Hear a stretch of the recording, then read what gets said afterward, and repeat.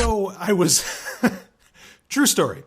I was at a party the other night and a gal comes up to me, nice gal, and she says, Brian, come here. I want to show you my panties. I'm totally serious. And I'm like, okay. I mean, not that I haven't heard this sort of thing, maybe years ago, but I was like, all right. And so we go over into the garage. And what does she do? She lifts up her little skirt and she's wearing Star Wars panties. And I was like, oh, fuck yeah. Oh, I thought it was wonderful. Ooh, anyway, got a little Q&A episode here for you. Of course, it's another Wednesday, it being particularly September the 14th, 2016. Wow, I had to think of what the date was. No, I usually don't have that much trouble.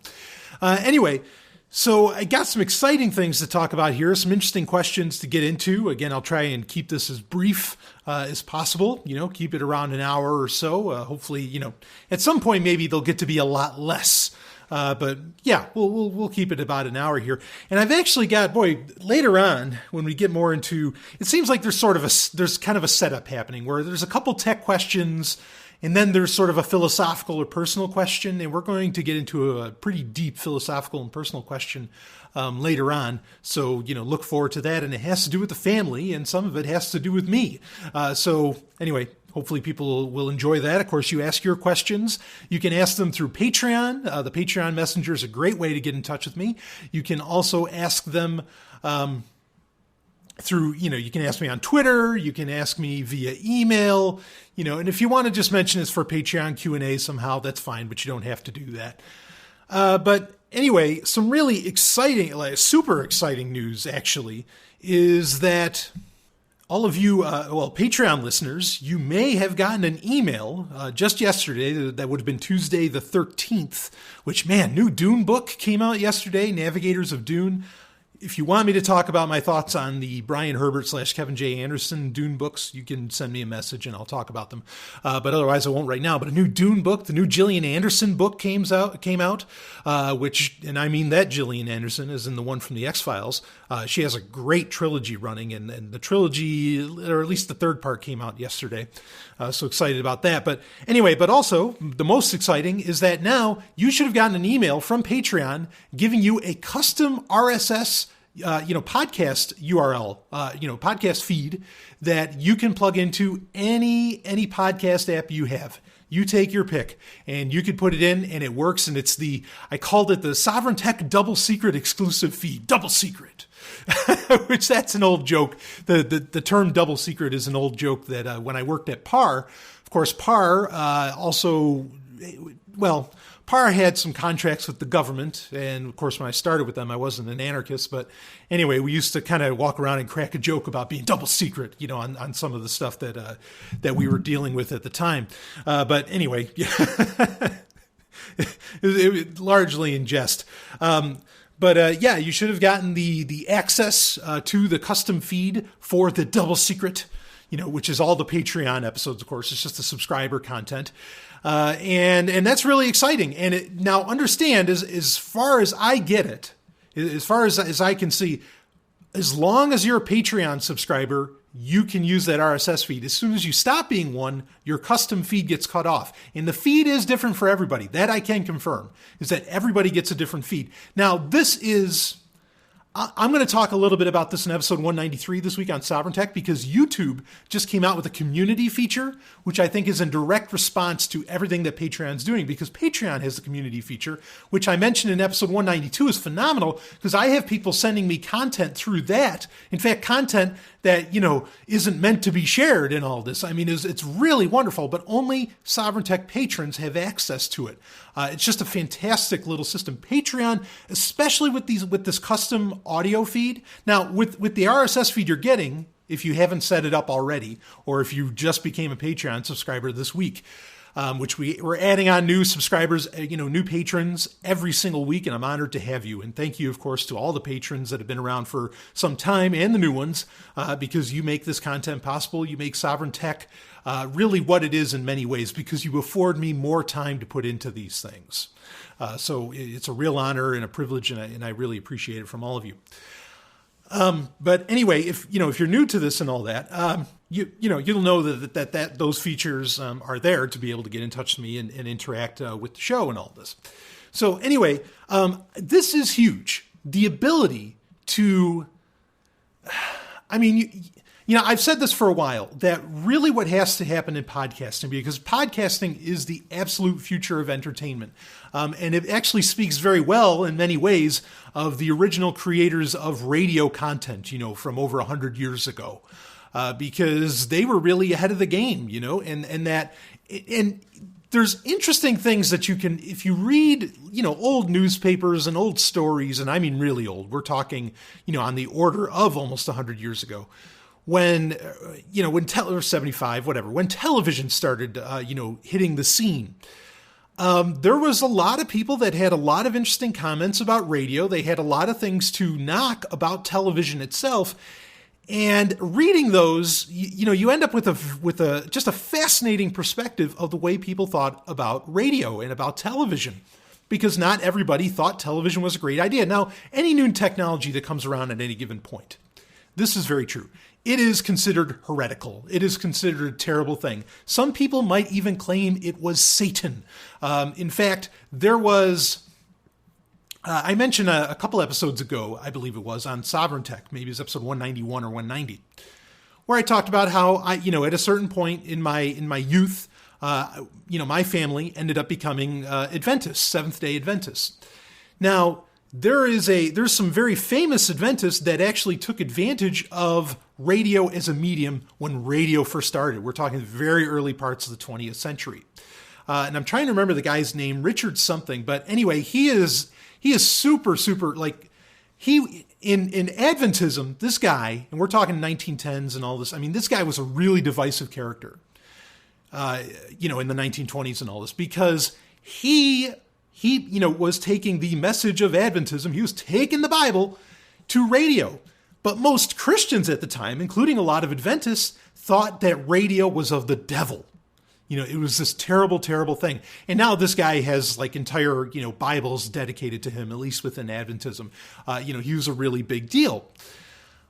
So it's true that when any new technology comes out, and often maybe I sound like this, just coming from a secular perspective, where I call some new technology the devil. This does happen. But a lot of times what people complain about, not it being Satan, but their actual technical concerns over the matter, have legitimate points to be made. And of course, myself, I don't hate every new technology. There's plenty of new technologies that I'm super excited about and that I think that are wonderful. Okay, we talked about last week on the Q&A and on episode 192 of Sovryn Tech, how I think Monero, Dash, Zcash, Bitcoin, all these things are wonderful. And they all came out well after I was 25 years old. So I hate it when people write you off, when they write people off that anything that comes out after you're 25 is bullshit. No, that's not true for me, baby. And I don't think it's true for most people. It's a terrible, terrible criticism that gets leveled on people. But anyway, I think that radio, may come back to the forefront. And not only just in podcasting. Granted, for years on Sovryn Tech, I've talked about that we need to be re-exploring the technology of data packet radio, which is using, simple radio systems to actually transmit data and effectively create local area networks, maybe even not so local radio network or area networks using data packet radio, in a pirate fashion. I think that's a wonderful technology, and it's talk about decentralized. Holy shit. So, you just do good old fashioned data packet radio, store and forward the whole thing. And I think that's an exciting prospect. But whatever. I mean, and people can even send pictures over that. I mean, I understand the speeds, I get it. I'm not a ham operator, but I certainly understand the technology very well, and have been tempted from time to time to actually get my ham license, but whatever. I don't care much for papers. Even though really the ham license thing is largely, an independent affair. But anyway, podcasting, I think, is the future of entertainment in a million ways, because people are they're always doing something. They're so busy, or they're traveling, or whatever. And I don't care for self-driving cars. So what kind of content are you going to consume? You're going to consume audio. If you're working out, you're going to consume audio. I actually have kind of an issue with working out and watching something at the same time. I think you lose a lot of the intensity, even though you can concentrate on what you're hearing, certainly, to where maybe you lose some of the intensity and some of the mental presence. I think that's required for a really great workout. Kind of like Arnold Schwarzenegger would always say, you want to be in the muscle, meaning that you want to be thinking about the muscle, which I think there's nothing woo-woo there. He might ascribe some woo-woo-ness to it, but I think there's something to that. When you're doing the pump, when you're doing curls or something, get your brain into that bicep, and it really does make some kind of a difference. And again, there's nothing woo-woo there. I'm not going to talk about that. Okay. I'm the last person you really want to hear talk about, working out, unless you really want me to talk about it. But anyway, podcasting gives you that opportunity, and to really multitask, and not to say that multitasking is this grand thing. I'm a big believer in zero tasking too, meditating and all of this. But it's nice to have something in the background, maybe have that family. And, in fact, speaking of family, like I said, we're going to talk about this a little bit later. It is a fascinating thing that, I remember when I lived in New York. Okay, and this is before I moved to New Hampshire. This is like a year before I moved to New Hampshire. I listened to Free Talk Live, which I also had the great honor of being a co-host on and a first chair on for over 2 years after the fact. But initially, I would listen to Free Talk Live. Man, I listened to it every fucking day. Never missed an episode for a long, long time. And I did that, because I wasn't feeling, I couldn't relate to a whole lot of people around me in New York. But I could totally relate, at the time especially, to the people I was hearing on Free Talk Live and on the radio. That was especially 3 hours a day. I mean, that's a remarkable commitment. But I'm just saying that they became my family, and podcasting is such a personal medium. The television screen, I really don't think it can do the same thing, because when you're podcasting, people say this to the point of cliche, but it's true. But when you have headphones on, and it's still different, even if you had headphones on while you're watching TV, you are in somebody's head. You are literally between their ears. And that's a powerful medium, consciously or unconsciously. It's very powerful. So I think, podcasting in many ways is still very much the entertainment of the future, much like music, will always be. And so for Patreon, to bring this full circle, I went on a little rant there, but for Patreon to get on top of this, I mean, they are, because you upload the sounds directly to Patreon. Now, in this feed that you get, you only get the Patreon episodes. It does not have the main Sovereign Tech episodes, because even though if you go to the Patreon page, patreon.com/sovereigntech, you will see every single episode I do of everything I do.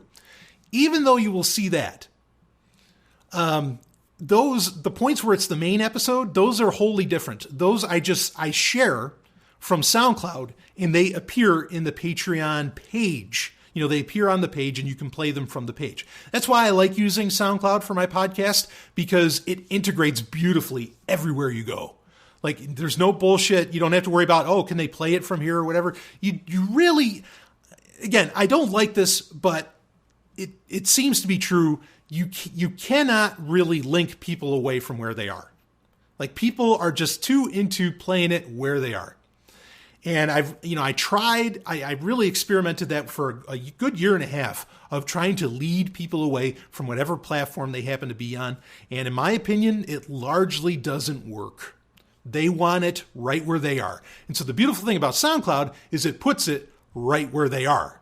no matter where it is. If I share the SoundCloud page, or, if I share the SoundCloud file on, it's the URL from SoundCloud. If I share it on Facebook, you could play it right in Facebook. You don't have to go anywhere.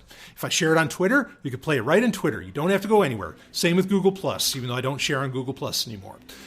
If I share it on Patreon, you can listen to it right on the Patreon page. You don't have to leave.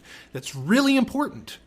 Okay, and also, even if you do happen to visit my page regularly, you can play it right from the page. You don't have to go any further. You don't have to click around to find the sound. Okay, and that seems to be the order of the day. How people, really consume things is through streaming. In fact, I got insight into. This is very interesting. I got insight into some machinations within the recording industry, and I mean some bigwigs. And one of the things I saw within these machinations, okay, and I'm going to be very broad because I don't want to give any names away, was that these people refused to download sound. If they wanted to check something out, they needed to stream it. Because for whatever reason, whatever device they had, they would have limited space, and they'd kind of have no choice that they would stream it. And these are people, these are obviously people with a degree of money, because they obviously don't have any problems, paying for a lot of bandwidth, right? But that is, my point being is this is how things are working now. But the beautiful thing is that at the same time, us, the other people that don't want to pay, exorbitant amounts for unlimited bandwidth and whatever else, we do like to download things. And now, because of Patreon, full circle here, because of Patreon, you can get access. You have the RSS feed now to where you only get the Patreon content in it. And then you just plug in the normal Sovryn Tech, Patreon, or not Patreon, the normal Sovryn Tech podcast feed. And they'll sit there side by side, and you can download each one as you see fit. And I think that's really cool. The only problem is that I might have to change the artwork for the Patreon one, because they use the same diskette artwork. So I'll see about changing that, and I'll let you know when I change that, and you can just refresh it on your podcast app. But it's really cool, and it really solves the problem of how do you monetize the podcast field? How do you monetize the podcast medium? They have licked it, because you store everything up there. Even videos, I think you can store up there. I can't imagine they could be really long ones, but I think you can store videos on Patreon. You don't have to link to YouTube. But I thought that that was just fascinating. Not that you're going to be able to RSS feed the videos, of course, but you could create a paywall effectively to get access, and it can be a pay what you want paywall, like I have, to where you get access to videos and all this stuff. They have monetized content creation, and I think YouTube /AlphaGoog is scared to death of that. I'll be talking about it briefly a little bit more on Sovryn Tech this week. But it is interesting that suddenly YouTube is turning more and more into looking like Patreon. Of course, I think it's inferior, because with YouTube, it's more a, they're still the advertisers, and you're still effectively getting the payout, from at the end of the day from AlphaGoog. And so, it's not like Patreon, where yes, Patreon handles the payment processing, but you are getting effectively direct money from fans, listeners, followers, whatever. And so, just exciting things happening with Patreon. I don't think people realize just how big of a medium this is. I don't mean just podcasting. I mean Patreon in general. This is game-changing shit in a huge way. So anyway, you should have your custom RSS feed as long as you stay a patron. That will work. I think it's exciting. I've been talking about it for a while. I've been saying that it was going to be coming, and I didn't know how it was going to be coming, but it ended up coming all over the place. Woo! and it's great. I love how slick the setup is and the way they do it. And if you are becoming a new Patreon subscriber, what it will do is it'll just send you the email with the link as soon as you become a patron. I couldn't be happier with how that's set up. Well, how I could be happier is if they'd accept Bitcoin, but one thing at a time, folks.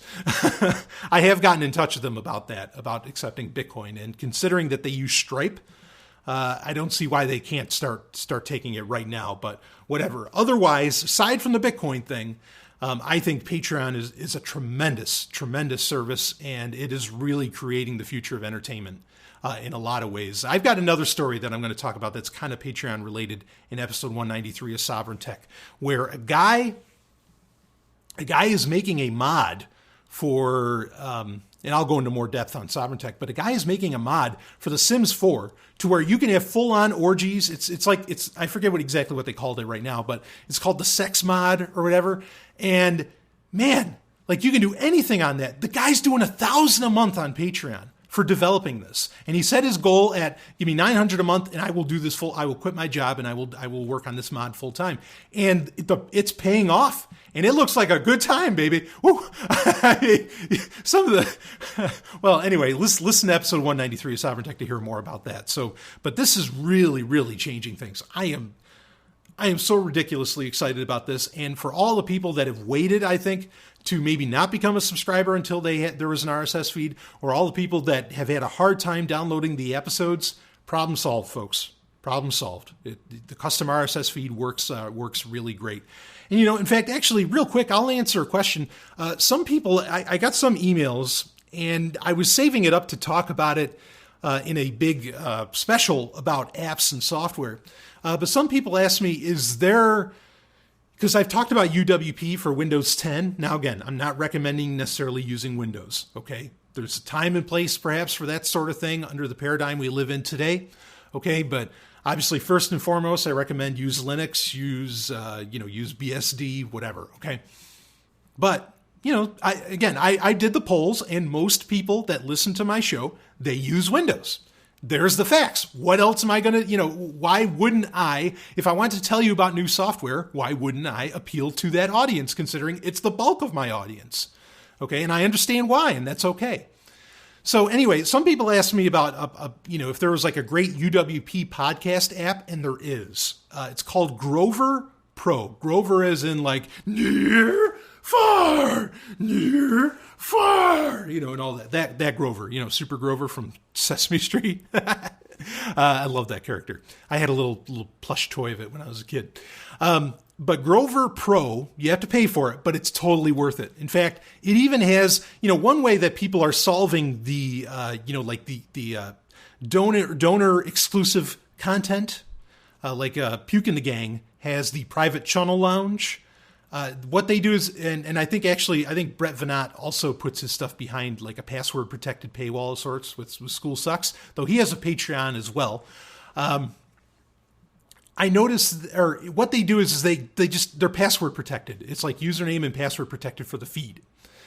Grover Pro has that ability to where you can put in the password to get access to password protected feeds, which is a really important feature for any podcast app that you use.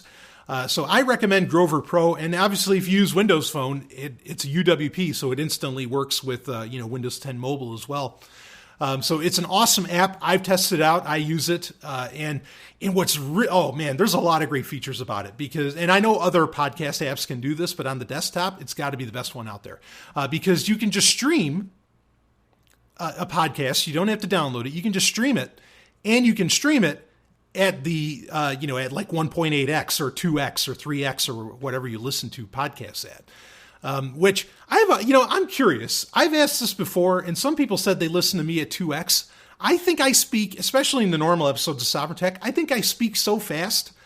I'm shocked if people listen to me at over 2x. I'd really be impressed. I don't doubt that there are people that do, but I really do think that I speak very quickly, like especially in the main episodes. Anyway, so that's just really exciting. I spent 20 minutes talking about that, woohoo. But it was one of the main things I wanted to get out there. Just the excitement that you now have, Patreon subscribers now have your custom RSS feeds to be able to access all of this content. And they work beautifully. Every episode of the Patreon content is listed there. I've checked it out myself. Just wonderful. So anyway, let's get into some other questions here. So I've got 3 other ones I want to try and get to. Maybe I can get to more. Here's a fun one. Okay.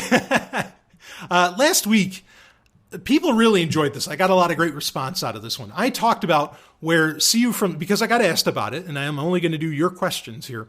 I got asked about where did See You on the Other Side come from? And where did Carpe Lucem come from? Like, people asked about that. And people loved hearing that. A lot of people had no idea that that's what it was, and they thought it was really cool. So I got a question from somebody asking me to tell them another little secret about Sovryn Tech. So I'll give you two because they're short ones. One of them is, if you go back, and maybe I mentioned this last week already, but just in case I didn't, I'll tell you. If you go back to like the first, when did I change it? I think I changed it maybe around episode 100 or maybe a little bit before. But if you go back to like episode 75 and previous for Sovryn Tech, you'll notice there's a green pyramid in the logo for the show. There's a green pyramid, and eventually got to the point to where, like, well, all right, I'll tell you that part first. So there's a green pyramid, and there's a little O that could kind of resemble like an eye, like I even had a line going through it. So there was that, and the pyramid being there, was all about trying to look all kind of New World Order-ish, you know what I mean? Looking very Illuminati and everything. And then the previous logo, the logo after that for Sovryn Tech, also had, it almost looked like a Superman symbol. What that symbol actually was an inverted symbol that was created by a very famous, or what used to be a very famous role-playing game group. Begins with an F. I won't mention it here. But you're going to know as soon as I said, begins with an F. But anyway, it was an inverted symbol of the Deltan people. And now the Deltan people is a race from Star Trek. And the most famous being from Star Trek, the motion picture, that being the character of Ilea, played by Persis Khambatta, who is so hot. Folks, let me tell you, bald women can be sexy as fuck. Like, really. I do not buy into, I've heard so many people say this bullshit, that men always prefer hair on a woman, and they always prefer long hair and all. I mean, jerk yourself off with a fucking Chinese finger trap, okay? Because that is such bullshit. I cannot believe that. But anyway, we'll talk about evolution maybe a little bit later on in the show. But whatever. Man, so hot. So the Deltan species is so cool. If you want to go to Memory Alpha and read more about the Deltan species, please, by all means, go ahead. You'll totally understand why I love them. And it actually doesn't have a whole lot to do with the fact that I'm bald as well, but they're great. So it was actually a symbol created kind of to represent the Deltan people, and I just inverted it, like I mirrored it. I flipped it around. If people wonder where that came from, now I ascribed a lot of meaning to it, and I won't go into that. But one of the things I will tell you that is there is a pyramid at the top of it, and I specifically put the word Sovryn Tech. And I took the word sovereign and had the S just off to the left of the pyramid. And the O was right above the pyramid to make it the pyramid with the I. See?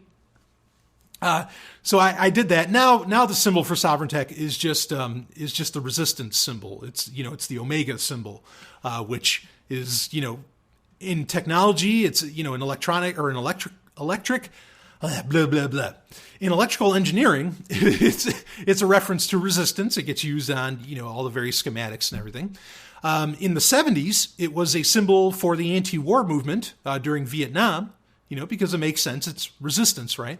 Resistance to the war effort and all this. And so, that's why I went with that. And I wanted something that wasn't necessarily anarchism, even though I don't mind using the term anarchism or anarchist in the show Sovryn Tech.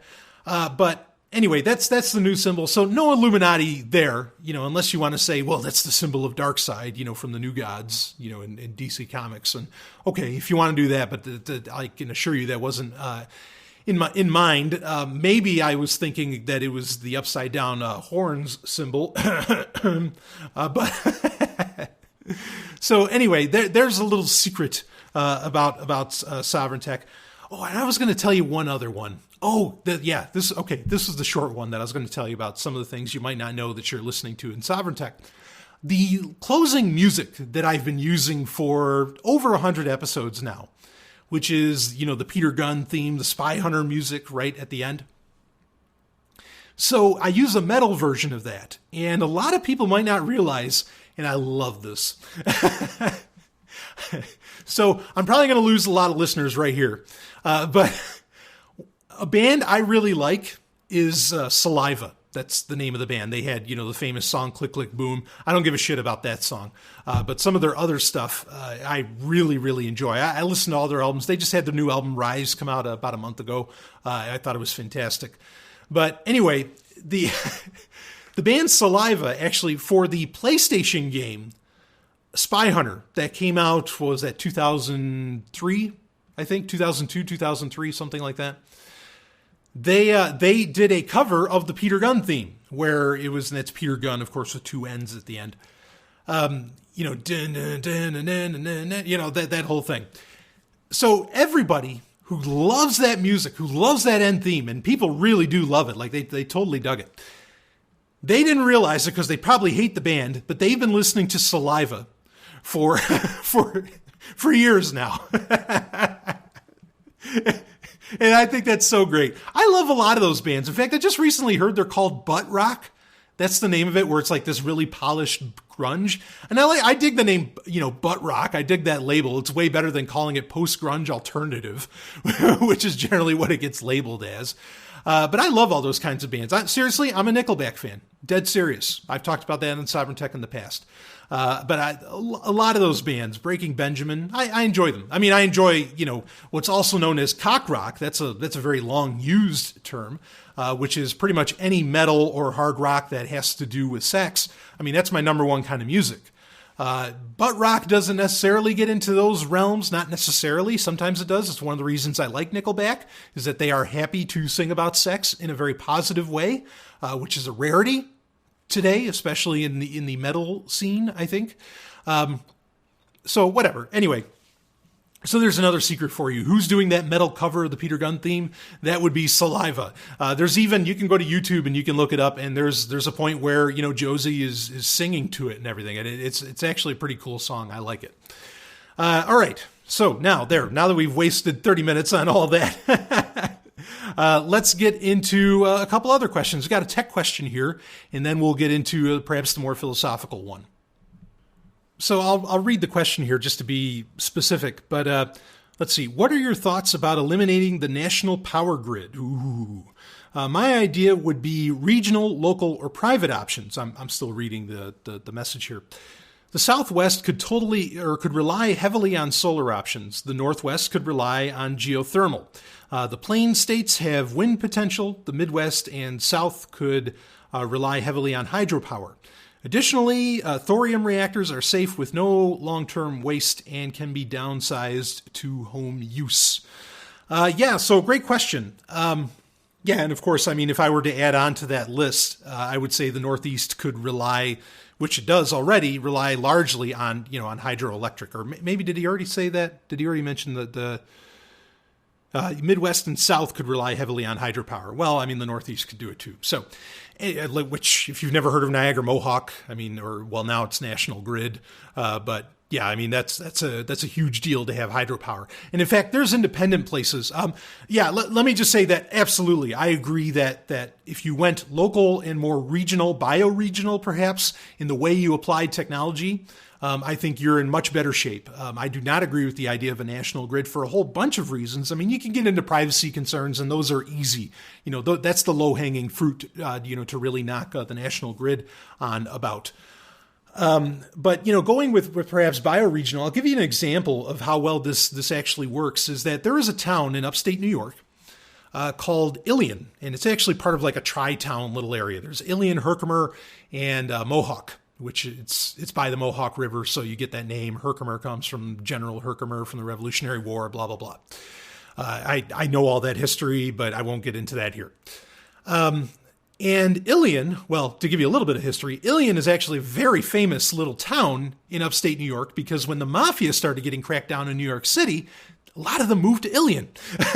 So it's a town where, not that I agree with the methods, but it's a town where, kind of the, there's the fear, it's kind of a fear-based town.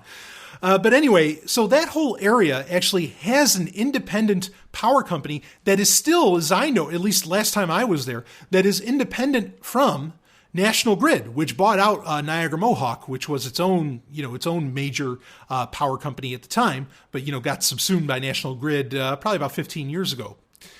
So, but they have their own independent electric company, and it runs off of hydroelectric, and the electric bills in this little tri-town area in upstate New York are disgustingly low. I mean, like in a good way. I mean, they are so low because they're independent. They're running off of hydroelectric. So there's a ton of taxes that don't have to get paid.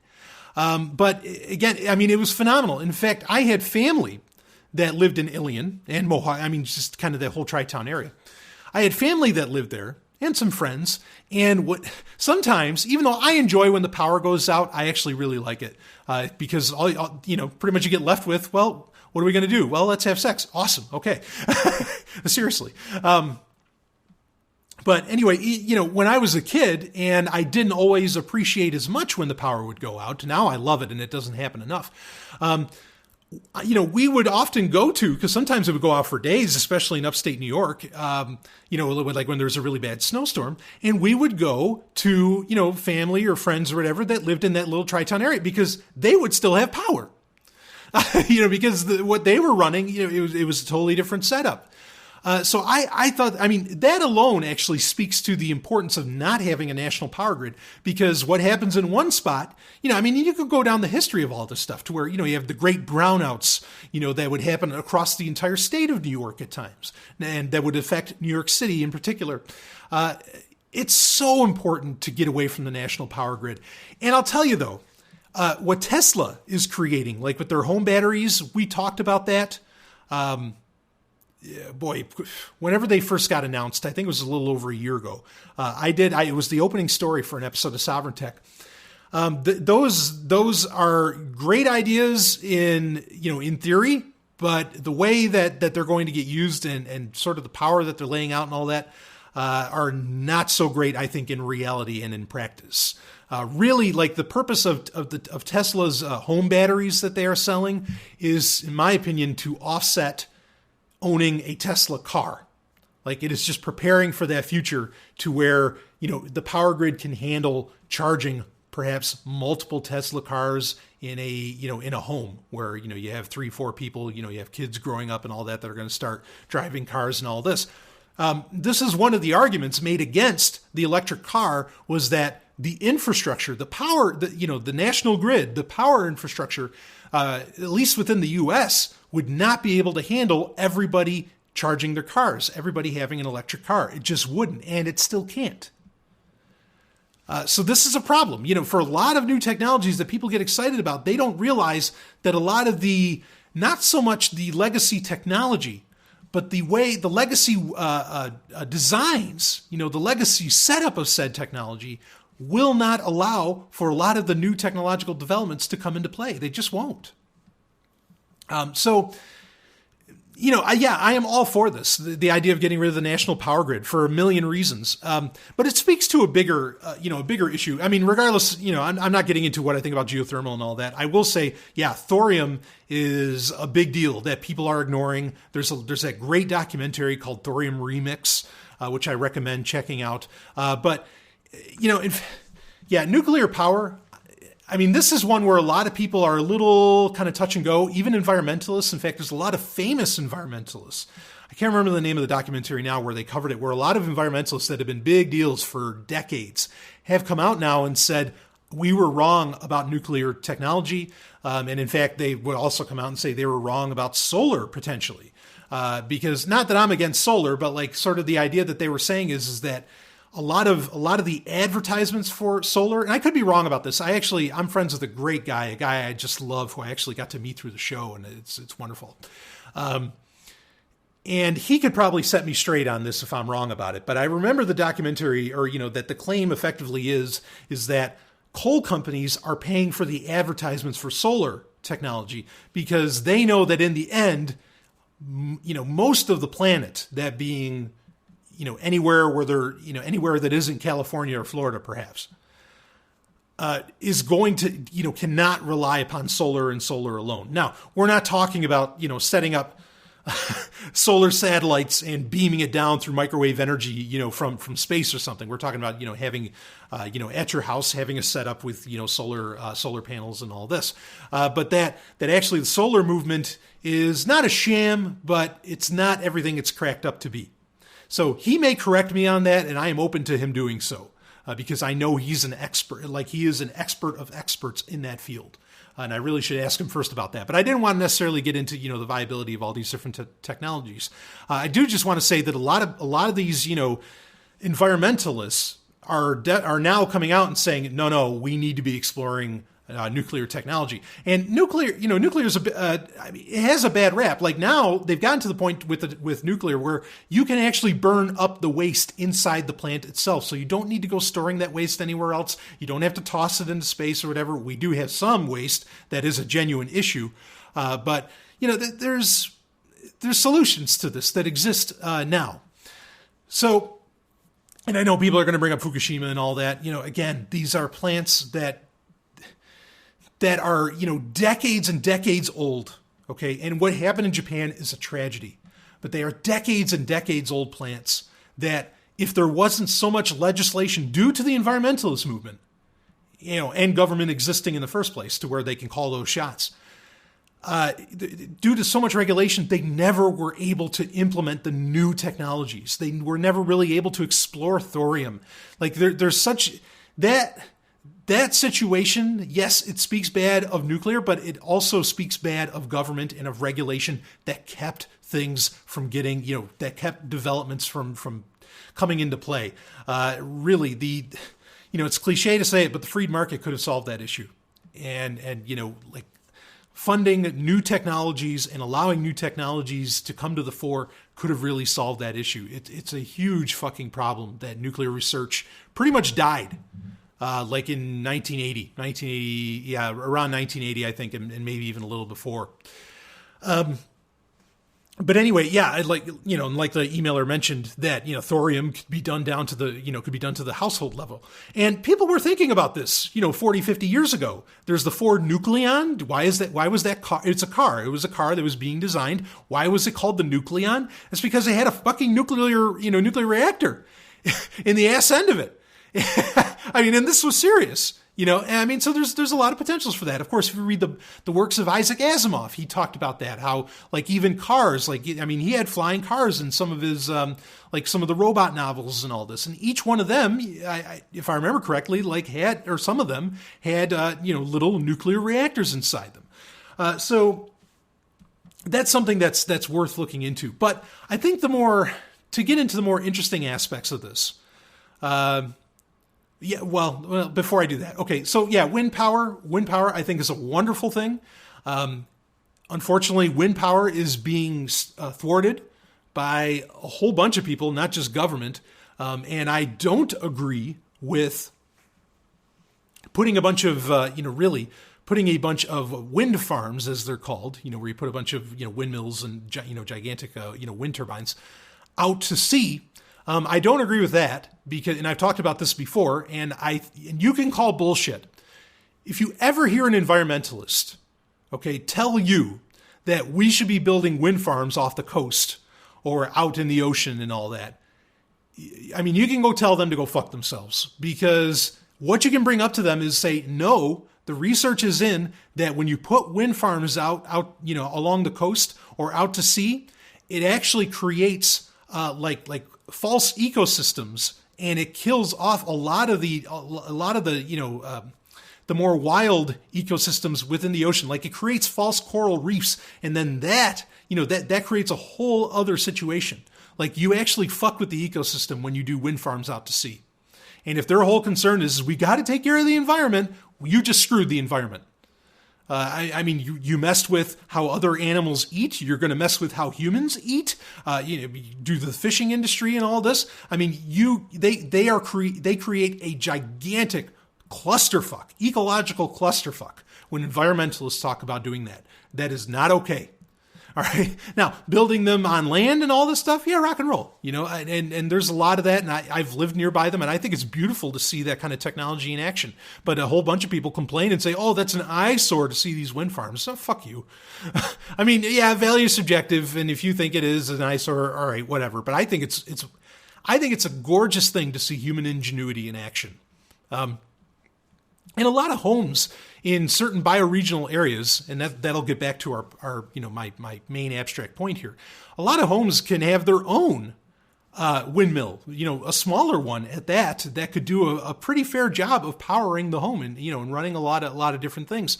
So you could have a lot of individuals that where you could have individual control of your power, and that's of course the ultimate solution. I think not just local, but like individual. Power systems that you can run from the home or whatever else. I think that's a fine and dandy thing to do. And, understand, I'm not some kind of survivalist or anything. I'm just saying that these are really good ideas. And the national power grid, to get that, it's not like people were suddenly all clamoring. In fact, I did an episode a long time ago where I had Rich Dana on, who of Obsolete Press. Boy, if you're not following Obsolete Press, you need to go check out type that in DuckDuckGo and get your hands on everything they've got going on. It's just wonderful. But I've had Rich Dana on a few times, and he's a real expert on a lot of this stuff. And, when he was on an episode that we did a few years back of Sovryn Tech, he talked about how really farmers, a lot of different people back in at the beginning of the 20th century didn't want electricity. But there was, it was kind of forced on them, through really a corporatist setup, through governments and certain companies, kind of pushing it onto them. They didn't really want, and if they did want electric, they would build it. They could do their own setups, kind of like what we're talking about here. But then they also got forced to connect their own setups to the big national power grid. Then, a giant interconnected power grid, a lot of people did not want that back in the day because they didn't want to rely on somebody else, which is a fine attitude to have.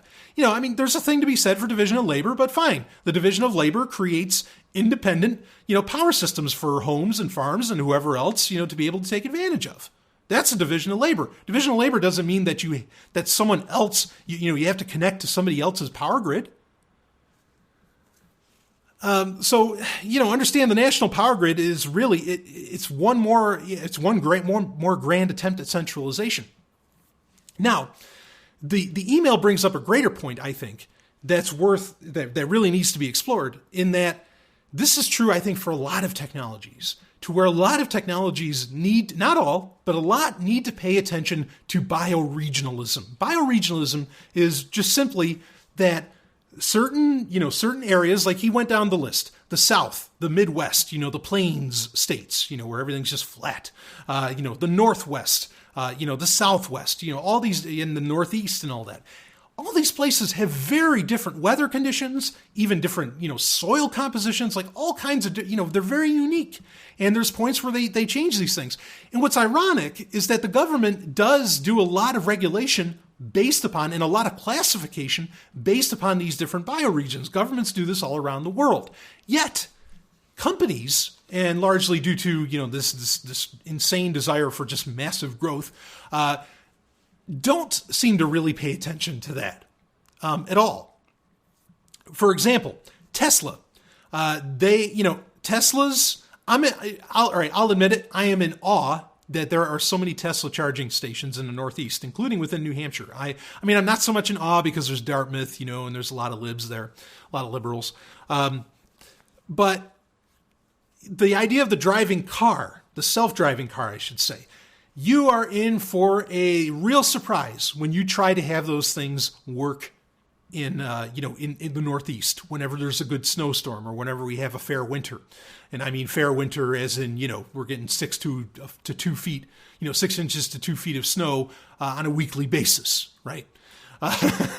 So, it's just like, I don't think they're going to work. It's just not going to. A lot of technologies pay absolutely no attention to the different weather. And a lot of the news doesn't even pay attention to all these differences. Like so much of the technology that you hear about in the tech news and all that stuff, it works in California, in Florida, and that's about it. And even in Florida, it's debatable with, hurricane season and all that. I get so pissed off about this. And I've talked about this before, bringing up like Bitcoin and cryptocurrencies and blockchain technology and all this.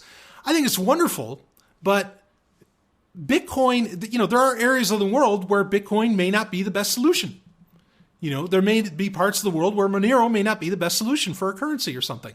You might have, just by the bioregionalism due to mountains or all these different things, okay, to where perhaps a currency that can, easily adapt to being offline would be the way to go. But if you live in a city, if you live in New York or, New York City, or if you live in San Francisco or something like that, no, you don't need, a currency that has an offline capability really. But there's other parts of the world where you would. And there's a bunch of other things too that just don't. Technology, we're so hot on this idea of get as many people using it as possible that we pay no attention to what are the best use cases for various technology. So this question about getting rid of the national power grid is one that I think goes across the board with, or at least largely across the board, with a lot of other technologies to where they pay no attention to the actual consumer, customer, user base, and bioregion that they exist within, and the specific and unique ones, that they deal within. So yeah, I am all about that. I think the solutions laid out were largely pretty good, but I think it all needs to be explored. It needs to be paid attention to. And I gave you the examples. They're not anecdotes. They're real fucking live examples of the advantages that exist when you have independent power companies that are not part of the big national grid or anything like that. Like I mentioned, the one that, the hydroelectric one that exists in that Tri-Town area in upstate New York. And there's others like that all around the country, and I'm sure around the world. I didn't get into, there are a lot of problems. Like I said, there's huge privacy issues and there's huge control issues. There's massive centralization that exists within having a smart power grid. Anytime you have the word smart in front of it, just think dumb, as in dumb idea. Like dumb pipes are a good idea, but when you hear the word smart, just think the opposite, that it's just a bad fucking idea anytime they put smart in front of something really. You could say there's smartphones, smartwatches, and those can be good ideas, sure, but largely they've been kind of bad ideas the way they've been implemented, though they can be implemented in a better fashion. Great question. I think it's going to happen. I think over time, a lot of people are, and it kind of already is happening. There's already a market for this. Mother Earth News, which is a very famous kind of Back to the Land magazine. While granted it's largely ads now, it did come back because now there are companies. This magazine had been around since the 60s. And if you want to read everything up from like the 1960s to say maybe the early 90s of this magazine of Mother Earth News is dynamite. You read there's so much great stuff to glean from it. Wild stuff, how to build your own electric car. And this is like an article from the 70s.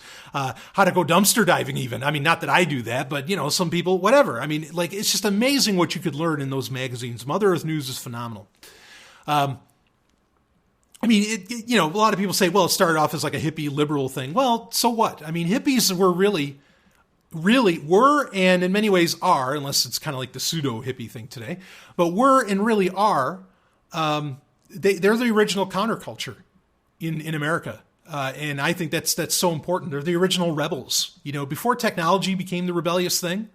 And of course now that's even going away. But before it became the rebellious thing, I'm trying to stop it with sovereign tech, believe me, from going away. But hippies were the rebels. They were the counterculture, and they deserve to be applauded, not so much scorned, in my opinion. Now, the ones that ended up going into politics, well, the problem is politics, not the hippies. So anyway, but Mother Earth News is great to learn about all that. But Mother Earth News actually went out of print in the late 90s, and they went out of print for about a decade. But they came back, and they came back because people started getting back into, independent power structures and more, self-sustaining living. And yes, like I said, it's largely about ads and products that you can buy that can help you do that. But because there's a market there to buy those things. Now, you could say some of that market came out of, the environmentalist movement that we were that we've been talking about here, and regulation for people to get on board with that. Yeah, maybe, but I think people are genuinely seeing the advantage to having more control in their life over, how they get their various consumables, including energy. So the market's kind of there for this. It really is. And I want to take a moment before I get into our last topic. I want to take a moment to really, I want to make this clear, because there are what gets labeled as environmental issues. Some of those are very real, and some of those are very legit. Okay. I want to make this clear because sometimes I bring them up, and I've had people email me and say that, what are you, some kind of environmentalist commie or something? No, I'm not a communist, and no, I don't consider myself an environmentalist. I do consider myself an ecologist, an amateur one at best. But ecology is a genuine science. Environmentalism is a movement, and I dare say it's a religion, because it does not act within the realms of rationality and really scientific method.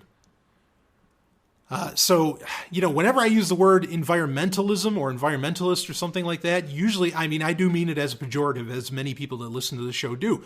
Now, when I say ecology or ecological, those are absolutely legit. Those are real, and there are real ecological problems. There are points that have been brought up since the 50s, 60s, and 70s that have not yet been addressed that are genuine concerns.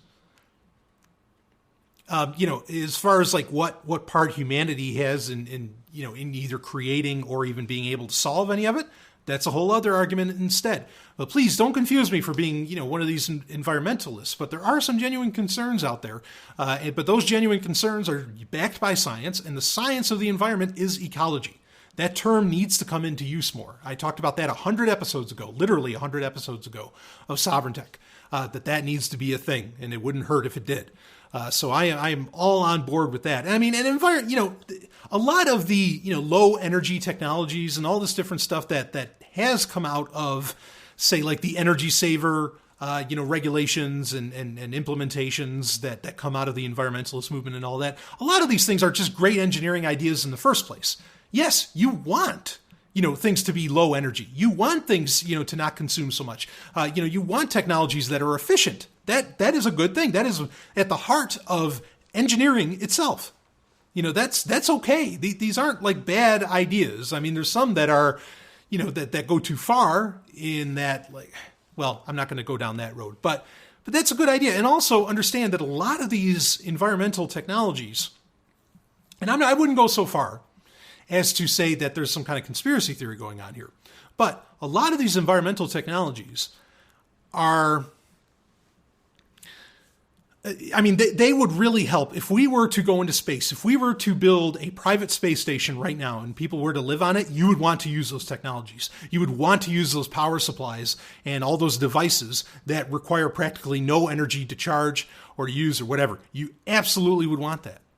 You'd want all of these efficient systems if you were doing that. Now, some people have claimed to me that there is actually a conspiracy that this is all part of some perhaps maybe even benevolent conspiracies idea of to get humanity to the stars. They are pushing the environmentalist movement on Earth to develop a society that could handle living in space. I would not make that claim, but others have, and I'm just putting it out there for you, to make of it what you will. So anyway, enough of that action. Let's decentralize the power grid, make it distributed, make it independent, localize it, bioregionalize it, whatever. Absolutely. I think it's a wonderful fucking idea. Do not central plan it like the technocrats want to. You never ever want that, in my opinion, for anything. So there you have it. So we're about an hour in. Let me see how we're doing. Of course, I'm recording from the dungeon, in case you were wondering. So I'm on my laptop right now, a little running Ubuntu here, and how much life do I have left? Oh, well, what am I worried about? I've got 20 hours left. Fuck. And I'm serious. I get 20 hours out of this goddamn laptop now that it's running Linux. Because it originally came with Windows 10. It's the Acer CloudBook 14. Fucking phenomenal. Okay, so let's shift gears and get to some other questions here. And this is where we're going to get into a little bit of the philosophical. So I am going to talk about, I'm going to share a little bit of personal stories, and I'm going to talk about also some things that some people might bristle at. But I want to assure you right out of the gate, because we're going to be talking about family life. We're going to be talking about children. All right. And I want to say this right out of the gate, because I don't want to be confused, is that how you want to set up your family structure, if you want a family, that is totally up to you. And largely any way you go about it is valid. Okay. It is okay.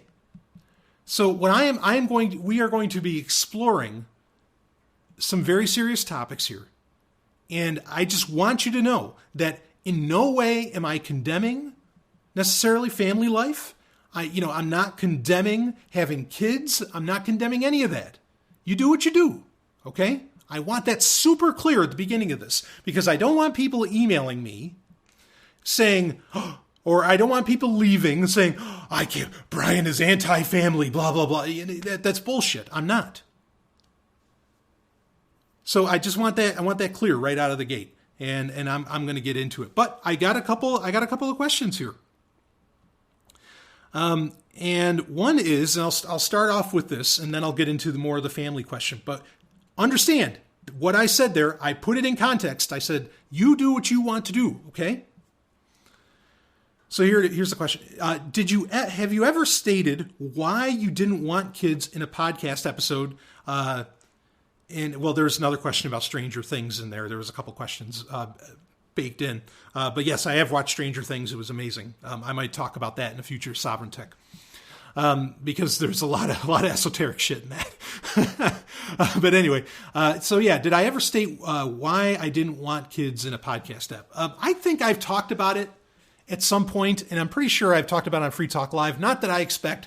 Understand this too. I don't expect people to have ever listened to every episode of Sovryn Tech. I put out a lot of episodes. It's been going on for 4 years now. I certainly don't expect people to listen to every episode of Free Talk Live, or at the very least, the episodes that I was on. At some point, I might compile all of my Free Talk Live episodes, and I might release those, like maybe on the Patreon feed or something. But if you're interested in that, let me know, because I'm curious to gauge interest if people want to hear, me deal with callers. And I mean, boy, there's times where I would scream at them on Free Talk Live. It was a hell of a time.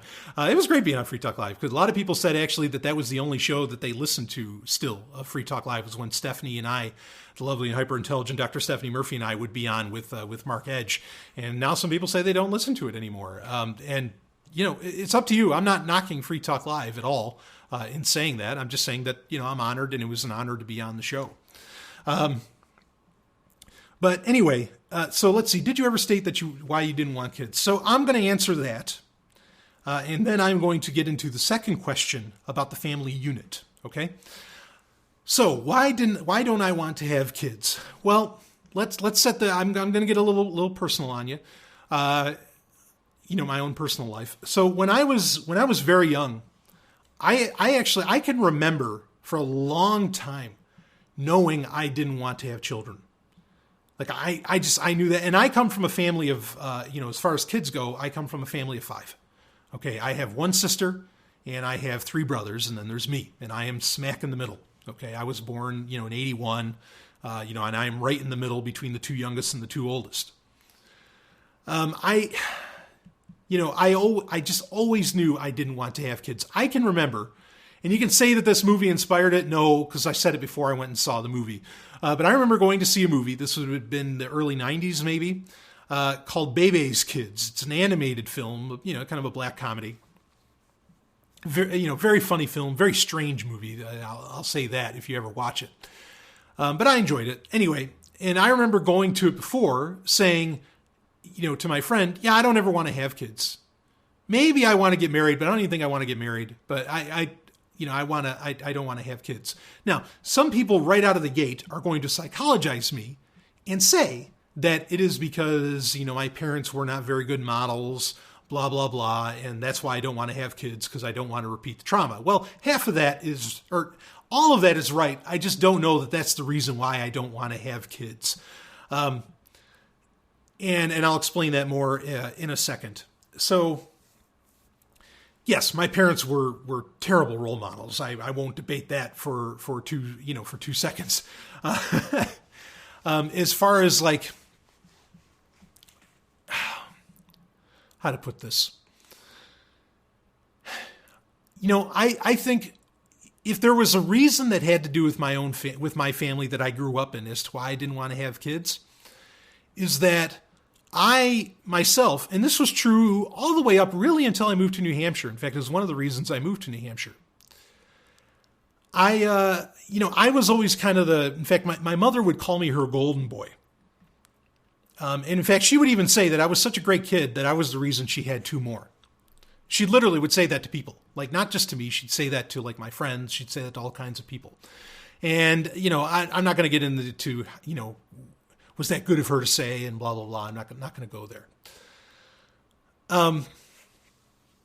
But when, ever since, my parents did get divorced, and even before my parents were divorced, but certainly after my parents got divorced, like I had to be the man of the house. I had to do all the work. I had to do everything. I was, just taking over every role that quote unquote the man would have. And so would I not want to have kids because I don't want, I think that kids get treated wrongly in this world? Yeah, maybe. I mean, there's certainly, there's something to that. Did I feel like me as a kid that I was, because of all the work I had to do as a child, that I wasn't able to do what I wanted when I was a kid? And that inspired me to not have children because I hated the fact that I did not have autonomy of time and movement? Sure. Yeah. I mean, I'm open to that. So, I mean, there's probably a million reasons why I don't want to have children. Okay. That could come from my upbringing. Okay. And I don't need to be psychologized about it. Because I feel like that's a power over tool that a lot of people want to use. If people want to genuinely explore that and not judge, that's different. But in the liberty movement in particular, it gets used as a weapon against people. Psychologizing others. I am all about doing self-awareness, self-therapy, going to therapy and all that. I think that's wonderful. Those are wonderful things to do, okay? And I've worked long and hard on myself, especially over the past few years. But, anyway, if you want to share that sort of thing with me, fine, in the messages and all that, you go right ahead. But I'm not going to put up with people psychologizing, me for a second. So anyway, about like why now? Why don't I want to have a kid now? My answer now is very simple. I think it is such a huge responsibility to raise a child, to steward a child. I don't even like using the word raise, to be a steward of a child. I think bringing a child into things as they are today is terrifying. And people have been saying that forever. I've heard that argument a billion times, so I don't even really bring that up. It really just does come down to, well, two points. One is that it comes down to is that I am afraid to in any way, kids, and I've said this on Sovereign Tech before. Look, they're like butterfly wings. Once touched, they never get off the ground. It really damages. The smallest thing can damage a child, and I don't want to do that. I don't want to harm a child in any way. And I don't mean like I would beat them or anything like that. I'm not saying that. But just like even things that you say in all this, it's too scary a prospect for me. Is there ever a time where people can be ready and where they're going to have kids and blah, blah, blah. And we can be a little more confident, that those kids are going to grow up without some kind of abuse. Well, I hope that time comes. I don't think it's ever going to be a worldwide thing, for certain.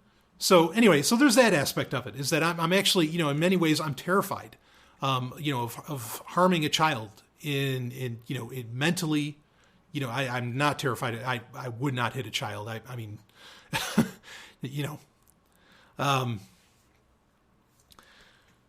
So I'm worried about that. I am also, I have, other concerns. I have the concern. I love my autonomy. I love having my freedom of time.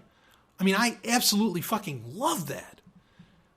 And I don't want to give that up. And that's okay. That is a fucking valid choice. That people recognize that, they are, I don't want to say that selfish as if somehow selfishness is a bad thing. It's not. Everybody's selfish, whether they want to admit to it or not. That I am so self-interested. I do not want to take the time to do that. Also, I think that there are monetary concerns to be had, and I am certainly not in a monetary place to where, a child would not have to worry about things, every given week or month or whatever. So, no way would I do it for that. Now, to get into more perhaps scientific aspects of why I wouldn't want a kid, understand that procreation, the act of procreation, that sexual intercourse, okay? It's not just the act of procreation is my point. Sexual intercourse co-evolved, okay, with two reasons. But they co-evolved. One is procreation. The other is social lubricant, social interaction. And you see this in nature, okay? Like it's obvious, okay? This isn't like some theory, okay? It is so. I don't, because things co-evolved that way. Now, there's times where people choose, to use sex simply for procreation, and they do not choose it to be a social lubricant or even as for pleasure and all this. And you can choose how you want to go about that. Okay. I don't agree with the concept that there is this biological urge, that the act of sex is the expression of a 100% biological urge to reproduce. I understand genetic determinism. I get that. Okay. But today, now that we have more, consciousness, now that we are sapient, we are Homo sapiens, all right, and we don't just act on instinct and we have choice, I think those urges can be expressed through the other aspects of the coevolution of sexual intercourse. Meaning that you can choose for perhaps those biological urges to be expressed more as the social interaction as compared to the procreation. Okay, so when somebody says, well, you have biological urges, sure, but the biological urges, the way they are expressed not just with procreation in mind. It evolved with two purposes, at least two. Maybe there's more, but at least two: social lubricant / social interaction, and procreation. You can choose which one you want that to go with. And you can choose, that biological urge, it's not being fought. It's just that the expression that it goes through can be chosen what it's being used for. Okay? So, not having kids is a totally valid choice. And it's, I got to tell you, when you're somebody that doesn't want to have kids, please, I hope I said that it's totally fine, totally legit. I know beautiful parents out in this world that have kids, and I think it's wonderful that they're doing it and all that. It's great. They choose what they want to do, okay? But understand, when you are child-free, like 99% of society is telling you you're a bad person.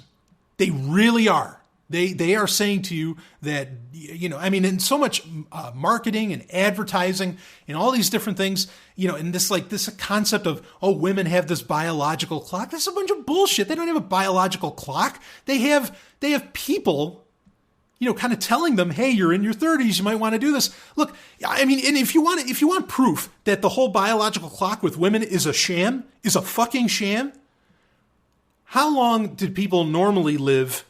How long did our ancestors, say our Paleolithic ancestors, how long did they live on average? What's the gauge? What, about 30, 35 is usually what people say. And the idea is, like with genetic determinism, that really once you start reproducing, and once you guarantee what you've reproduced to a certain age, nature wants nothing to do with you, and that's why you're designed to, or kind of the argument goes to genetic determinism is that you're effectively designed to die at that point, and that's the problem with why is there so many cancers? Why now there's ancient cases of cancer certainly, but why are there all these cancers that we experience and all this stuff? It's because according to some evolutionary scientists, we weren't designed to live past 30 or 35, and suddenly all these problems start to appear. Okay, now, you can fight a lot of that off, today, due to a lot of modern science, modern medicine, and, and even not so modern medicine, to be able, to stave off the effects of aging, and to where, 30's the new 20, right? And all this shit. Okay, but, so if humans were designed to only live, or, if humans on average only lived to 30, 35, thousands of years ago, then And if you're designed through genetic determinism, through those biological urges, right? If you're designed to ensure the child's survivability to a certain age and all this stuff, then what age was the average person having a kid? 12, 13? Pretty much onset of puberty is when all that starts going down? So if you are saying that women have a biological clock, their biological clock should be going into overtime, at those, those very young ages, which now we consider to be completely unacceptable. Yeah, and only recently has that been considered unacceptable because, I think in Britain, it wasn't until like 1910 or something to where the age or the legal marrying age went from like 12 to 15 finally. And I'm not on board with all this shit. I'm just saying to you that if there was this idea that women have a biological clock, your daughters, it should be ticking. And it should be ticking then, not at 30. At 30, the clock should die. The clock should turn off. Okay? A lot of these societal notions, they don't make any fucking sense when you take a couple steps back and look at them. Okay, so you got to understand that a lot of these things, even, like what people still perceive of what to do with the biological expression of sexual intercourse, okay, comes from a lot of societal pressures, not internal pressures, societal pressures, not even biological pressures necessarily, because like I said, there are multiple ways to express sexual intercourse, like the purposes for it. So no, that doesn't have to be. We do not feel an urge, to have kids. There is a biological urge of sorts, but that urge is not just for procreation. So you cannot say that you're having the urge to have children. All right, now, don't misunderstand me.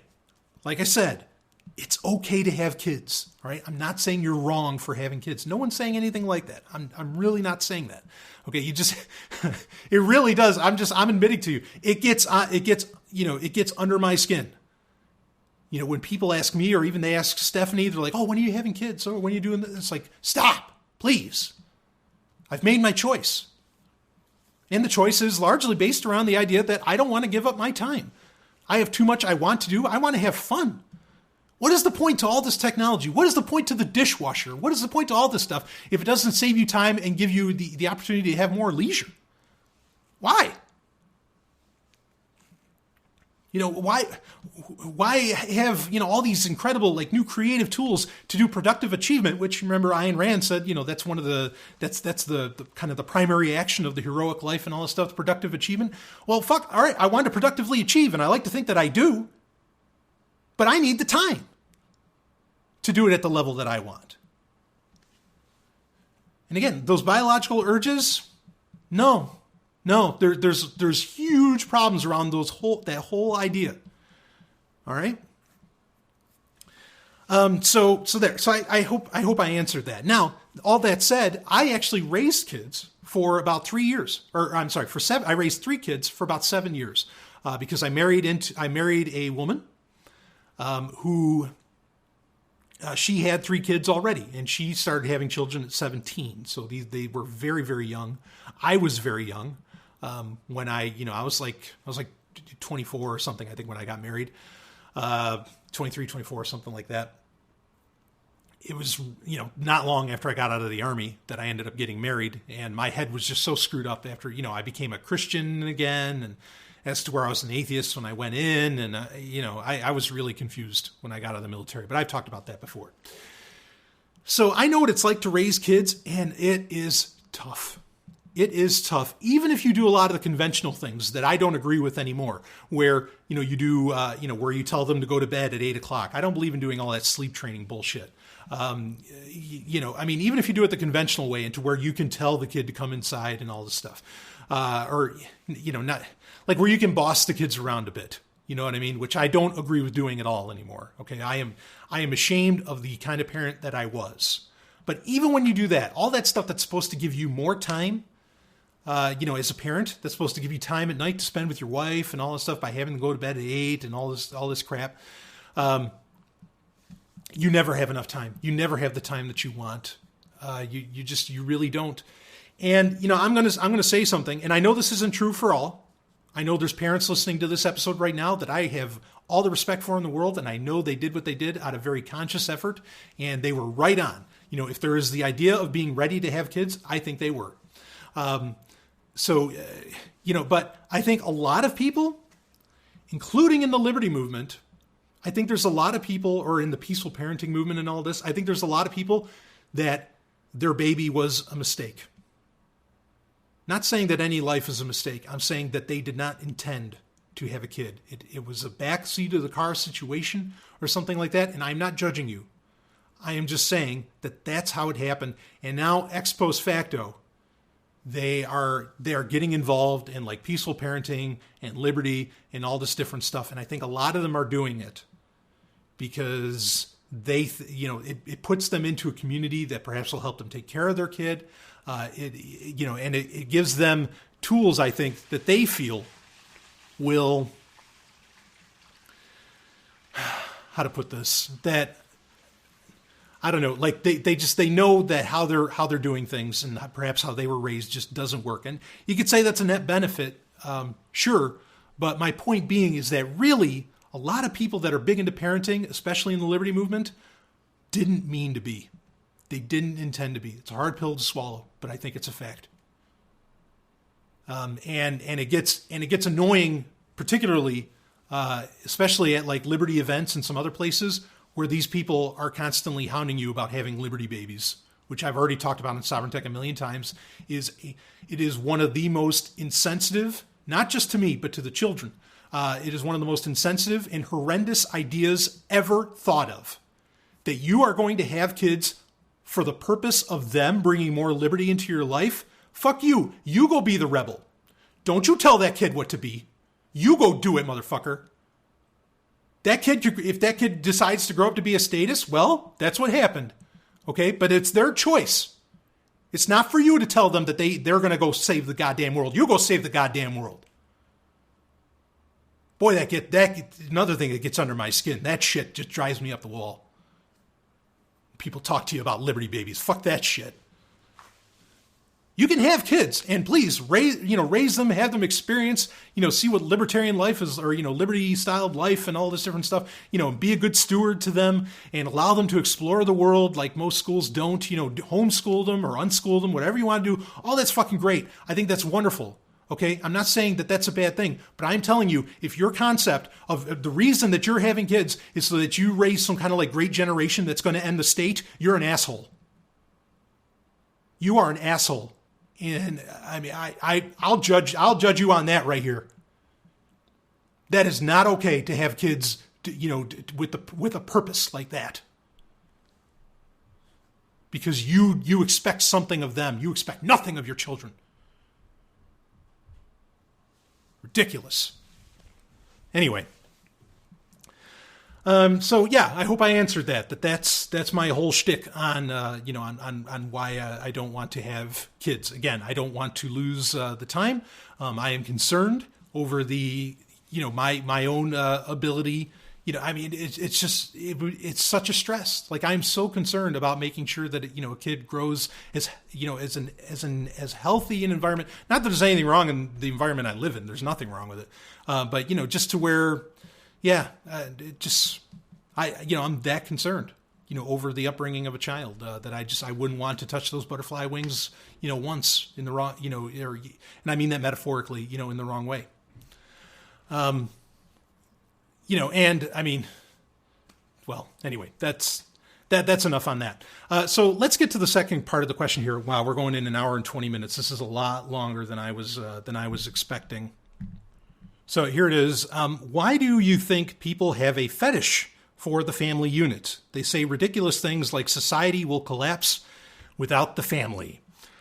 So obviously this is more an address to like alt-right conservatives and all of that. It's a great question to ask. The word fetish, obviously comes with a lot of judgment, but I do agree there are some people that fetishize the idea of the family just a little too much. And, just to get into that, I don't think society would collapse without the family. In fact, the easy response I often make to this, because I get asked about this a lot, usually when I start getting asked about everything else that I was just talking about, what do you have against, building a family? I don't have anything against it. I'm just telling you I don't want one. Okay, but then they, usually the person will start getting on a high horse and saying, well, without the family, this. And I instantly stop them and I say, and what has the family unit done? Where are we now? Where were we 100 years ago? Because so many people are like, oh, well, it's the feminists that ruined everything in the past 100 years. Everything was great beforehand. What the fuck are you talking about? Things were not great beforehand. We had kings and queens under the family system. No. And I'm not saying the family system's invalid in any way. That's what I tried to preface this whole conversation with. Okay, I'm just saying the evidence that the family unit, that the nuclear family, 2 parents and however many kids is somehow the end-all be-all of the way to raise children, or it's the end-all be-all of some kind of like social construct. I think the evidence for that does not exist. And in fact, when people claim the evidence for it, usually they're leaving a lot of shit out. Like, you know what they're leaving out? They're leaving out, okay, were those people Christian? Were they some other religion? Because that holds a lot of bearing on how people get raised. But no, they just hand you the statistic like, well, parents stay, a 2-parent household, that doesn't go into a divorce and all this, the kids end up going to college and all this bullshit. Look, I'll tell you, there's some people out there who will straight up admit to you that there was a lot of pressure to go into college and to overachieve and all this, and they left everything that they did in college behind and ended up becoming their own kind of entrepreneur to go do something else. There's so much nuance, there's so much gray area, there's so many questions not asked in a lot of these statistics about the family unit, but people just keep tossing out, supposedly these very bright, intelligent people keep tossing out all this stuff. Oh, the family. There's nothing wrong with the nuclear family. I'm not saying that. Okay, I'm not saying that at all. And if you're in it and it's a beautiful thing for you, that is wonderful. And you cannot imagine, and I mean this from the bottom of my heart, how happy I am for you. Okay, but we're talking about the evidence, and we're talking about people that seem to like push it just a little too far, saying that you cannot explore other avenues of social constructs, okay, or of groupings of humans, perhaps even of unions of egoists. You cannot explore other ones. This is the only one that matters, and evolution said so. Well, that's horseshit too. Evolution did not choose. And I could take an article about that, and I could pick it apart piece by piece. In fact, what's gotten humans as far as we are now, I've talked about this before. If you want to go with the whole science thing about, the family is the ultimate in science, in evolution and all this stuff. Well, now the scientific discoveries are based around a lot of different genetics, which actually said, what is it, DD47R? That's the explorer gene that everybody talks about. This is one where people didn't, accept living in a family or didn't accept sitting still. And these are the people that actually brought humanity, out of Africa and created, were the grand explorers, and that's why they call it the explorer gene. And, they pushed humanity forward, was the people that didn't accept the stock family life. See, if you're going to go all science on me, I'll put it right back at you. That doesn't mean that the family, the nuclear family or family as people understand it is invalid, but it also doesn't mean that anything else is invalid. And that's the problem. The problem is not the family. The problem is that people are shutting down any conversation about alternatives. I love the old saying, it takes a village to raise a family. I would argue evolutionarily, and you got to be careful when you do that because it's a lot of interpretation, okay, that it makes more sense. And as somebody who was, like I said, I was raising 3 children. I think that if there was like 10, 15 parents involved, because, remember, other than the mother, you really, in tribal cultures, even today, you had no idea, or likely you had no idea who the father was. In fact, a lot of them, they wanted, they like one of the going theories for ancient humans, by their thinking is that you wanted as many men, you wanted all the different, samples of semen, from everybody. So that way, the baby would consider to be stronger because it had the power of the entire group, of the entire tribe when it was born. Now, obviously that's not true. It doesn't work that way. it's dead obvious.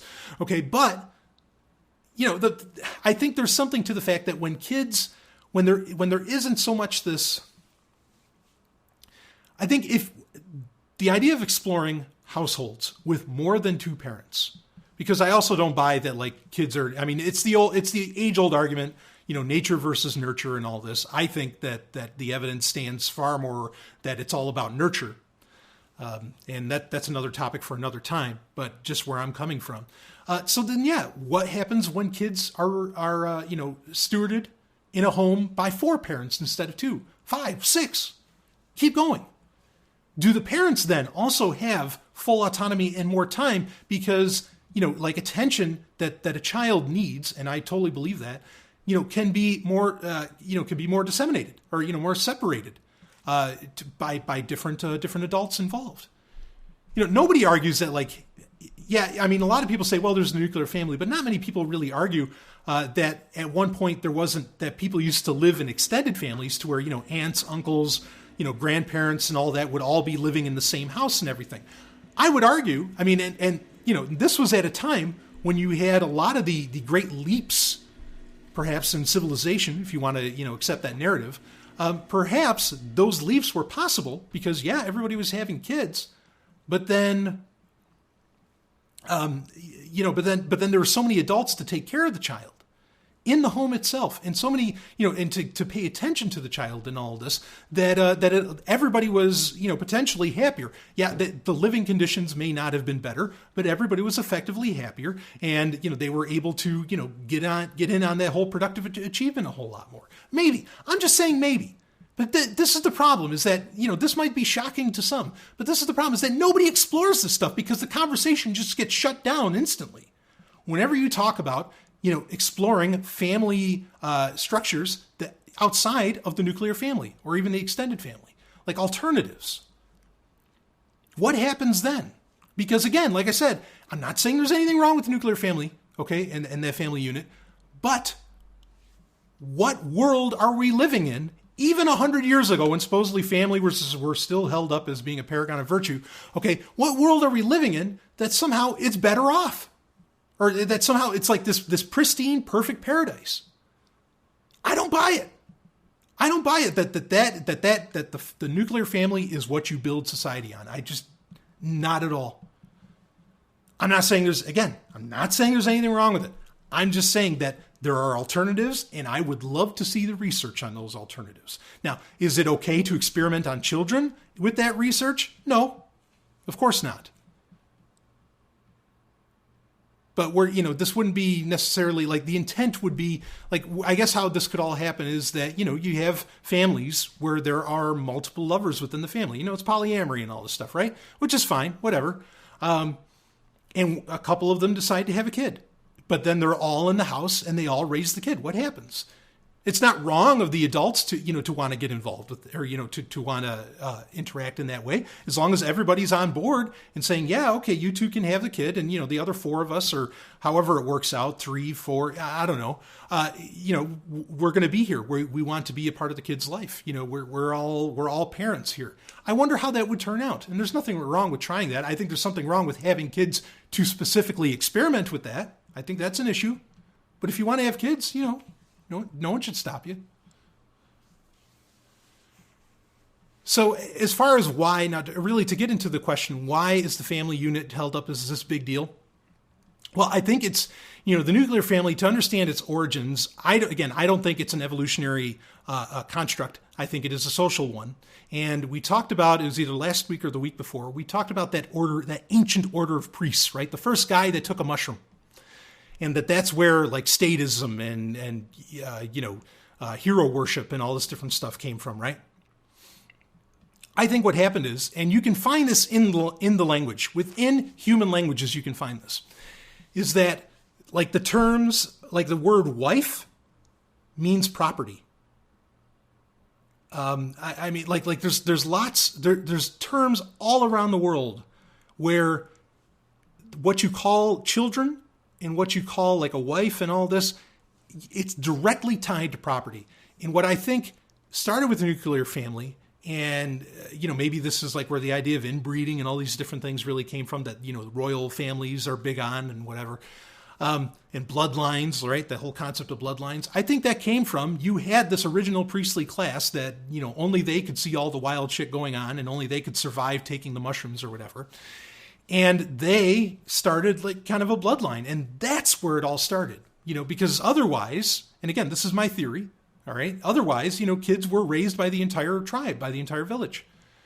But when you were in the priestly class, you were raised right there and you passed down, and what would happen is that, the priests, these ancient priests or shamans, whatever, would pass down their knowledge and they would pass down their possessions and their lifestyle to this kind of nuclear family. And this happened, to understand, like the idea the priests would do this happened up until just like 1,000 years ago, to where, Catholic priests used to have children, used to have entire families, but they were the problem is that these Catholic priests were turning into their own mini dynasties, to where they were passing down all of their possessions and everything. And so the Catholic Church had to do a big change to where they said, no, you cannot, priests don't own anything. Everything's communist or largely they can't own anything. And they can't have children, to keep from creating, like these powerhouses with these priests. So, you see modern examples of what I think happened thousands and thousands of years ago, to where we ended up with all these, with various social constructs. That doesn't mean that a nuclear family is a bad thing. I'm not saying that. Okay. But if the question is, where do I think that idea came from? I don't think it came from evolution. I think it came from that. Okay. I think it came from kind of this elite line, and then eventually things got to a point to where, the commoners could mimic perhaps what those people did, with what the priestly class or whatever. But that's my theory. And I guess to some degree you have to accept, or you don't have to, but it helps to accept the theory. Where did religion come from? Because religion is not natural. It's literally supernatural. Where did a lot of these different things come from? That if you accept my theory on that, that's where my theory of where families came from. And it gets held up because, again, it's the very basis of religion and what a lot of really men perceived as eternity, because they, there's a very old saying in religion, and it's in a ton of them, and it's super old, that our children are our eyes into the times we will not see. And the idea is that you are literally passing down yourself. Now, that's interesting, like that you'd even have kind of that scientific concept, because to some degree your chromosomes are passing down, sure. But it's really not you. A child can be the exact antithesis of its parents. But I think that idea holds such thread that that's where the importance of doing a lot of this stuff comes from. It's a lot more of a social construct than it is something that came out of evolution. Again, one more time, I know I keep saying it, but it's so important to say this. I'm not saying that the idea of the family today, that, the nuclear family, all this different stuff, that it's somehow bad, you're wrong for doing it. I'm not saying that at all. I'm just saying that people should have choices. And that I think that a lot of times when evidence gets laid out that these are the best things in life, that evidence is found very wanting. And that means that evidence is scant. Maybe evidence could be found to the contrary of what I'm saying, but most of the studies all the studies that I've looked at, as far as it goes, are leaving out crucial data points, like the religion of the family, or the religion of the people involved, and a whole slew of other data points that do not get explored, that are just as key. People talk about, here's a very famous one that some people in the liberty movement like to trot out. Okay, is that people that wait to have sex until after marriage usually don't get divorced. So what is the idea? That you should be married before you have sex? Is that what the evidence portrays? No, that's not what it portrays. Because who are the people that usually wait until after marriage to have sex? Religious people. And most religions frown on divorce. You see my point? Is that this shit gets left out. So the evidence is found very wanting. Wanting not as in you want it, it's found wanting as in it needs more because it doesn't have any. Okay? So anyway, to all the families out there that hear this, I know there are many that listen, I love you. You're wonderful. And I'm so honored. I know, honestly, I know there are kids that listen to the show. Maybe not the Patreon episodes, but I know they've listened to the show in the past and they get a kick out of it. And whatever, cool, man. And I've met them. I've actually met these kids that hey, say, hey, Stallion, I mean, it's really cute. But there you go. And obviously I meet their parents, because they're the ones coming to the events and everything. So, yeah, I mean, I'm telling you that I think that there's a lot of research that needs to be done in this area. The statistics that exist are problematic at best, if not straight out bullshit with the amount of data points that they're missing. So anyway, if you have questions about what I just talked about, message me. Email me. I will talk about it on this show. I will get to you, on a Q&A, ASAP. Okay, if you disagree with what I'm saying, and I will bring it up. I mean, because we can have a conversation about this. You don't need to walk away and say the Golden Stallion's insane. We can talk about it, and maybe you can convince me. I've been wrong about things. I used to be I talk about this one all the time. I used to be such a Google fanboy, and then somebody said, "Well, how do you feel about that Gmail does this?" And I was like, "Oh." Yeah, I don't like that it does that. And then thus began my my precipitous fall from being a fan of Google in any way.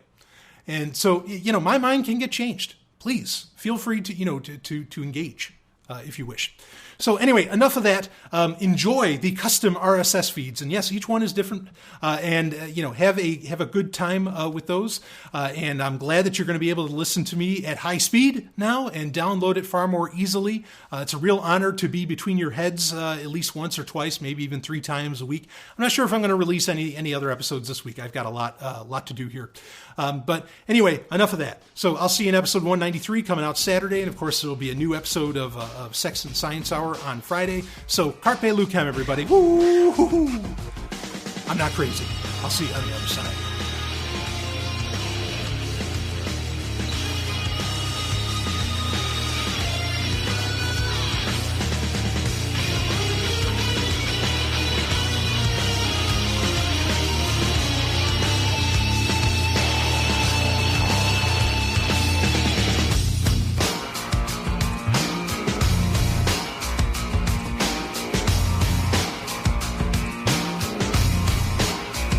You just experienced Sovryn Tech. Go to sovryntech.com, that's SOVRYN tech.com, and connect with us there. Find links from today's show and catch our podcast feed. Sovryn Tech is copy heart. Copying art is an act of love, and love is not subject to law. So please share the show however you like. Welcome to the evolution.